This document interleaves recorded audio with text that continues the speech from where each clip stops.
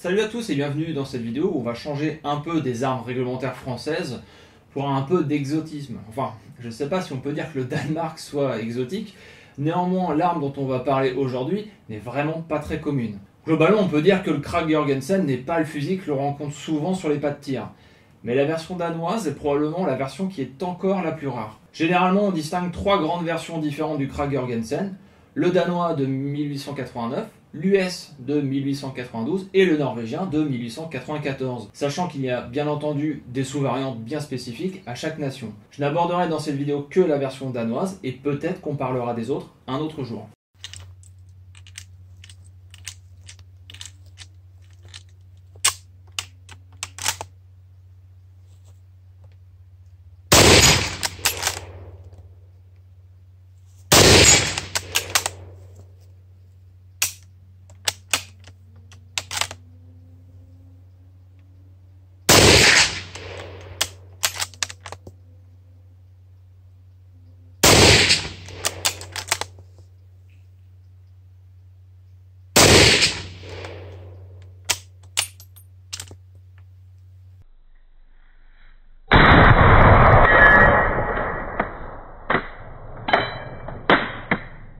Le Krag Jørgensen a donc été adopté en premier par le Danemark. Et pourtant, les deux personnes à l'origine de l'arme sont norvégiennes. Il s'agit du capitaine Ole Krag, alors directeur de l'arsenal de Kongsberg, qui se mit en association avec un armurier privé, Erik Jørgensen. Les années 1880 sont pleines de chamboulements pour les armées à travers le monde, depuis qu'un Français a découvert la poudre sans fumée en 1884. Et surtout depuis que la France a adopté le fusil Lebel, modèle 1886, qui surclassait à ce moment-là tous les autres fusils de toutes les armées. C'est à ce moment-là qu'on va voir quasiment tout le monde se précipiter et choisir un système pour adopter le plus rapidement possible une arme capable de tirer une cartouche avec de la poudre sans fumée. Le fusil Lebel était déjà obsolète dès sa sortie à cause de son magasin tubulaire. Néanmoins, les qualités balistiques des munitions étaient largement à la hauteur. On peut noter les systèmes de clip de Mannlicher en Autriche qui seront bien entendu utilisés dans nos mousquetons Berthier, le système Lee en Angleterre et bien sûr l'indétrônable système Mauser, quoique celui-ci n'arrive finalement qu'un peu plus tard car les Allemands partiront sur le G88 dont j'ai déjà parlé sur la chaîne. Le Danemark de son côté adoptera le système de capsule des Norvégiens Krag et Jørgensen, mais on en reparlera plus précisément un peu plus tard. La Norvège venait d'adopter le fusil Hjalmar en 1884, mais malheureusement complètement dépassé à peine 2 ans plus tard car il s'agissait d'un fusil à magasin tubulaire et pire que tout, qui utilisait encore des grosses cartouches à poudre noire dans un calibre pas si lointain d'ailleurs que notre 11 mm gras. D'ailleurs les Norvégiens ne seront pas les seuls à adopter un fusil qui sera complètement dépassé dès son adoption. Les Allemands transformeront des Mauser 1871 pour y mettre un magasin tubulaire qui deviendra le 71-84. Et bien entendu la France, juste avant d'adopter le fusil Lebel, était en train de modifier des fusils Kropatschek 1878 de marine pour en faire le 1884, puis le 1885, juste avant le Lebel en 1886. On est vraiment sur une période de transition et de changement sur ces années 1884-1885. C'est là que Krag et Jørgensen vont travailler ensemble pour transformer le Hjalmar en un fusil utilisant une nouvelle cartouche, et surtout en supprimant le magasin tubulaire, parce qu'ils vont appeler le magasin capsule. On voit bien sur ce Hjalmar transformé qu'il y a cette sorte de grosse capsule qui sert de magasin. D'ailleurs, les premiers modèles de capsule pouvaient contenir 10 cartouches. Quasiment au même moment de ces tests, le Danemark souhaitait changer son armement, car elle possédait les Rolling Block modèle 1867. Excellente arme dans les années 1870, le Rolling Block est devenu complètement obsolète en 1885. Les Danois souhaitent donc changer pour adopter un fusil à répétition puisque cela devient désormais le standard dans l'armement mondial. Ils avaient déjà pas mal étudié le sujet mais au final aucune arme ne leur semblait convenir et surtout rien ne semblait vraiment surpasser le Rolling Block qui reste peut-être monocoup mais qui est une arme simple à utiliser, très robuste et très économique. Mais désormais, avec l'arrivée de la poudre sans fumée, il n'y a plus le choix. Il faut trouver rapidement un successeur au Rolling Block de 1867. Par contre, ce nouveau fusil ne devra bien évidemment pas contenir de magasin tubulaire, car ce système est lui aussi devenu complètement obsolète. Dans leur recherche d'un nouveau fusil, les Danois sont d'abord partis sur la recherche d'une nouvelle cartouche, utilisant la poudre sans fumée. Globalement, on peut dire que toutes les puissances mondiales à cette époque ont fait de même, et sont partis sur des nouveaux calibres entre le 6 et et le 8 mm. De leur test, c'est le 8x58 qui sera sélectionné. Rien de particulier sur cette cartouche, mis à part qu'il s'agit d'une cartouche à bourrelet. Néanmoins, cette cartouche est unique au Krag Jorgensen danois. Enfin presque, puisqu'il est intéressant de noter que le système Madsen-Rasmussen, breveté dès 1883, et dont j'ai déjà parlé dans la vidéo sur le RSC-17, a été développé autour de cette cartouche de 8x58, mais avec de la poudre noire. Elle sera convertie à la poudre sans fumée avec le système M1888. Contrairement à la France et son 8 mm Lebel transformé depuis le 11 mm gras, cette cartouche de 8x58 n'est pas une transformation du 10-15x61 des Rolling Block de 1867. A noter bien sûr que des fusils mitrailleurs Madsen ont été chambrés dans ce calibre et qu'en plus les vieux Rolling Block ont aussi été recanonnés dans ce nouveau calibre pour être encore utilisés comme arme de seconde ligne par le Danemark mais aussi ses voisins suédois et norvégiens. La cartouche définitive de 8x58R qui sort en 1889 développe une vitesse de 601 mètres par seconde. C'est amusant de constater que le gouvernement danois était tellement pressé d'adopter une nouvelle arme qu'ils ont lancé la commande de 5000 canons chambrés dans le nouveau calibre alors qu'ils ne savaient même pas sur quel système d'armes ils allaient partir. Heureusement, la commission dirigée par des militaires freinait fortement l'adoption d'un nouveau fusil pour justement éviter toute précipitation, comme ce fut le cas en France, et partir sur un système viable. D'ailleurs, ils testeront une version du fusil Lee, car l'arme correspondait à ce qu'ils cherchaient, à savoir un fusil avec un magasin vertical. Le Lee a été modifié pour le calibre danois et est nommé le Forsox Repetergewehr 1. Malheureusement, si l'arme chambrée dans le calibre danois proposait de bonnes qualités balistiques, le magasin souffrait de multiples problèmes. Grâce à la commission militaire, le fusil fut écarté de l'adoption par le Danemark, ce qui a évité aux troupes danoises de se retrouver avec dans les mains un fusil adopté trop rapidement, si ça vous rappelle quelque chose. Pour en revenir à Krag et Jorgensen, ils vont dans un premier temps envoyer les plans de leur système de magasin capsule aux Danois, mais ces derniers ne vont pas réussir à l'adapter sur un fusil. Les deux Norvégiens vont donc, comme j'ai déjà dit, convertir un Jagdman 1884 en supprimant le magasin tubulaire et en y ajoutant le magasin capsule d'une capacité de 10 cartouches. Mais les tests danois ne furent pas complètement concluants, surtout à cause du magasin, comme on peut le voir sur les photos, trop encombrant et alourdissant l'arme. Ils vont demander de simplement réduire le magasin de 10 à 5 cartouches, ce qui devint par définition un magasin demi-capsule. Je précise que ce terme n'est pas de moi, mais c'est celui de son inventeur, Ole Krag. Donc ils vont revenir en 1886 avec un nouveau fusil nommé Forsoxgewehr 2, vous me pardonnerez ma prononciation du danois, chambré en 8,58 avec un magasin demi-capsule de 5 cartouches. Et les Danois vont le mettre en compétition avec la version Lee, soit le Forsoxgewehr 1. Vous vous en doutez, c'est bien évidemment la version de Krag et Jorgensen qui s'en tirera le mieux. Quelques améliorations plus tard, surtout sur le système de culasse par Jorgensen, le Danemark adopte définitivement le Gewehr M1889. Alors oui, à la base c'est juste un Gewehr, c'est assez proche de l'allemand d'ailleurs. Le nom de Krag Jorgensen deviendra populaire plus tard avec la version US de 1892. Aujourd'hui, on appelle toutes ces versions un Krag Jorgensen. Et pourtant, au final, les deux Norvégiens ne sont à l'origine que du système.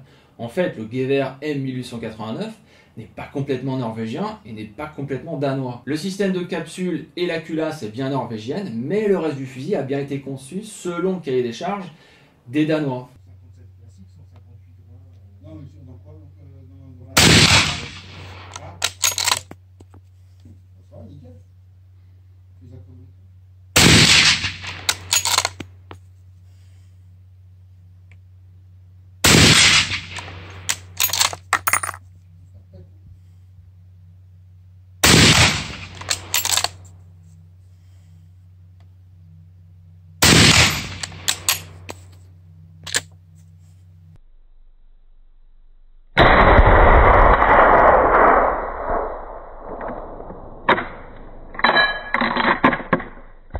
Les particularités du Krag, c'est donc ce magasin qu'on pourrait considérer d'horizontal, alors que le Lee, le Moser ou le Mannlicher proposent une alimentation verticale. Pour charger le Krag, il faut donc ouvrir une portière latérale et laisser tomber les munitions dans le magasin. Il n'y a pas de système de clip, il n'y a pas non plus de pression à exercer. Les munitions se laissent simplement tomber dans le puits, et lorsque la portière se referme, il y a un système d'élévateur qui va simplement pousser les munitions pour qu'elle remonte au niveau de la culasse. La version danoise est la seule dont la portière s'ouvre vers l'avant, tandis que sur l'US ou la norvégienne, la portière s'ouvre vers le bas. C'est un point très facile pour différencier une version danoise des autres. C'est aussi, je pense, moins pratique d'avoir la portière qui s'ouvre complètement vers l'avant. Sur le côté gauche de l'arme, il y a un bouton qui permet de bloquer l'alimentation des cartouches du magasin. C'est un peu comme avec le fusil Lebel et son système qui bloque l'objet vers le haut et empêche l'utilisation du magasin tubulaire. C'est le même principe pour le Krag.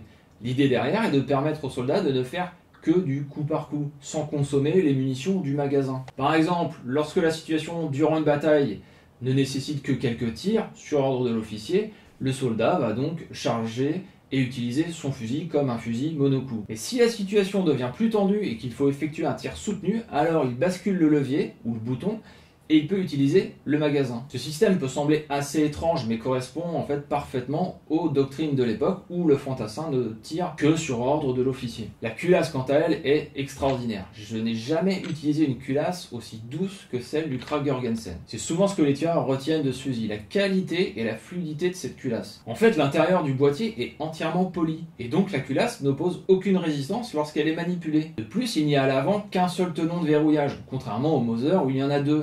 Donc il y a moins de points de frottement si vous voulez. Ce tenon de verrouillage unique sera d'ailleurs largement critiqué par les Américains lorsqu'ils adopteront le Krag en 1892, prétextant du manque de solidité de l'arme. Mais en réalité pas du tout, car certes il n'y a qu'un seul tenon à l'avant de la culasse, mais il y a bien deux verrous supplémentaires. La culasse est aussi verrouillée avec ce qui sert à la guider, qui est situé sous l'extracteur, et lorsque la culasse est fermée pour faire feu, celui-ci sert alors de verrou sur cette surface. Le troisième verrou est simplement la poignée de la culasse qui vient se positionner dans son emplacement. Donc dire que le Krag est trop faible car il n'a qu'un seul tenon à l'avant est complètement faux. Mais le Krag US a quelques particularités que nous verrons peut-être un jour, si j'ai l'occasion d'en présenter un. Autre particularité de la version danoise, c'est qu'il y a un manchon qui entoure le canon. C'est inspiré du G88 allemand qui a la même chose. Le principe voulu était que cela permet de ralentir la chauffe du canon et d'améliorer la précision en proposant un canon flottant. Au final, cela ne change quasiment rien et rares sont les fusils avec des manchons métalliques. Pire, en chauffant l'air du manchon, cela peut devenir un nid à moisissure. En 1908, le Danemark adopte une nouvelle balle,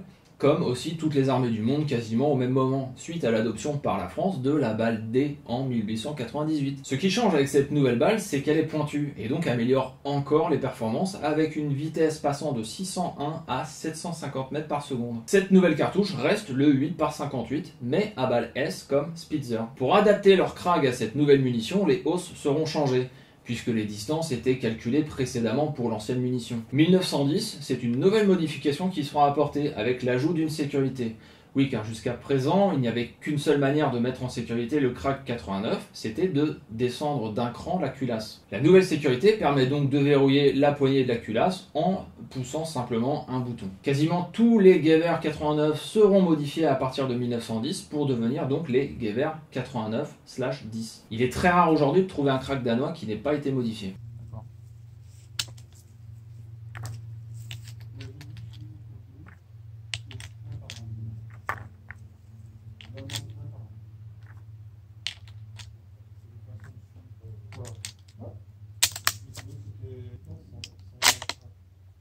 Là, c'est en bonne.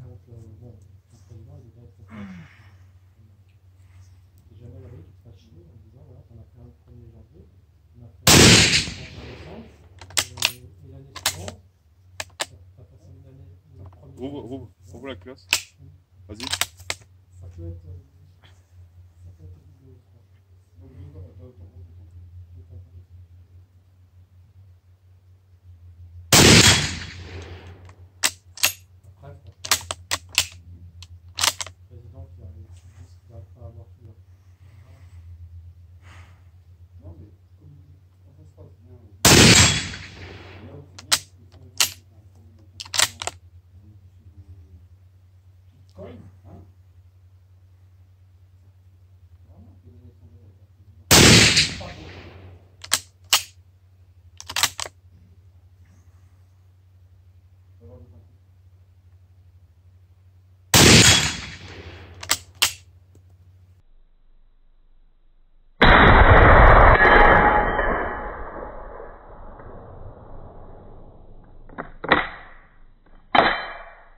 Maintenant que l'on a vu à quoi ressemblait le Krag-Jorgensen et comment il fonctionnait, on va aborder les différentes versions. Car bien sûr, vous vous en doutez, si le Danemark a adopté un fusil pour l'infanterie, il fallait aussi sa version en carabine. Et bien en fait, il a quand même fallu attendre 1912 pour voir arriver une version courte du Gewehr 89. Cette version 89-13 est destinée à la cavalerie. On notera d'ailleurs que le manchon métallique a disparu au profit d'un garde-main en bois et qu'il n'est pas possible d'y fixer une baïonnette. Cela changera avec la version de 1917, mais destinée aux troupes du génie, pour qui il fallait une arme courte, mais sur laquelle on pourra positionner une baïonnette. Finalement, en 1923, la carabine pour la cavalerie se voit modifiée avec la modification de l'embouchoir pour fixer une baïonnette. 1924, c'est l'introduction de 2 nouvelles carabines, pour l'artillerie et pour l'infanterie. Toutes deux peuvent bien évidemment recevoir une baïonnette, car que serait une arme d'épaule sans baïonnette? Par contre, cette fois-ci, le manchon métallique est conservé. D'ailleurs, certaines de ces carabines seront simplement des fusils qui seront raccourcis. La différence entre la carabine d'artillerie et celle de l'infanterie, c'est simplement le levier de culasse qui est plus coudé sur la version artillerie. Pour faire un point sur ces différentes variantes, j'ai mis en description un lien qui fait le récapitulatif complet. Si le fusil d'infanterie danois M89-10 n'est pas très commun, autant vous dire tout de suite que toutes les autres variantes sont encore plus dures à trouver. Et on termine avec la dernière variante, le modèle 28, celle pour tireur d'élite. Alors oui, je sais, vous allez me dire qu'il n'y a pas de lunettes dessus, donc ce n'est pas pour tireur d'élite. Eh bien si, il n'y a peut-être pas de lunettes, mais il y a un dioptre. Et cette carabine est dotée d'un canon lourd et flottant, ce qui en fait une arme excellente pour le tir de précision. Vous pouvez voir d'ailleurs dans la vidéo une version civile de ce M28. Bon, bien sûr, le Danemark n'a jamais brillé par ses performances militaires, car son empire colonial se limitait grossièrement au Groenland, à l'Islande et la Norvège. Là où disons qu'il n'y a pas eu beaucoup de batailles. Durant la Première Guerre mondiale, le Danemark est resté neutre, enfin, tout de même très proche de l'Empire allemand, et durant la Seconde, ils ont été envahis très rapidement. Si on en croit l'article de Wikipédia, et je suis vraiment pas fan de cette source, les Danois auraient combattu pendant 2 heures et perdu 16 hommes, avant de se résigner à laisser les Allemands occuper le territoire et dire qu'on se moque des Français. Bref, le M28 de Sniper est bien un fusil de tireur d'élite, mais il n'a jamais connu le feu, mais plutôt les matchs militaires. Il est possible que je vous présente plus en détail cette version M28 un jour sur la chaîne.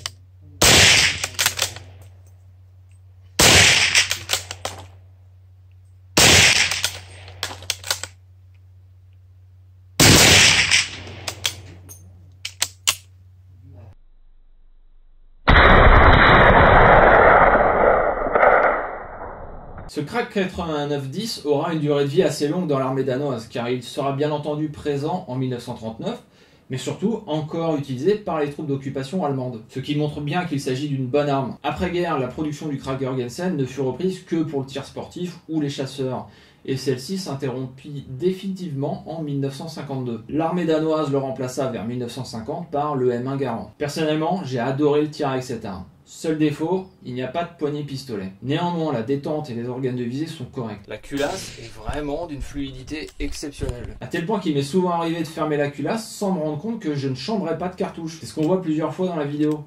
Par contre, j'ai trouvé qu'en tir couché, si l'arme était un peu trop penchée sur la gauche, la cartouche restait trop loin dans le magasin et la culasse n'arrivait pas à la récupérer. En tout cas, je trouve que ce Krag Jørgensen est une très belle arme de collection, très agréable à utiliser, avec un système de magasin vraiment atypique, et pas mal du tout pour le tir sportif. Voilà, la vidéo touche à sa fin, merci d'avoir suivi jusque là, merci au propriétaire de l'arme de m'avoir fait découvrir une arme vraiment atypique que j'ai beaucoup appréciée.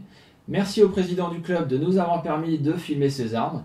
N'hésitez pas à liker, commenter et partager, ça aide au référencement de la chaîne et je vous dis à très bientôt.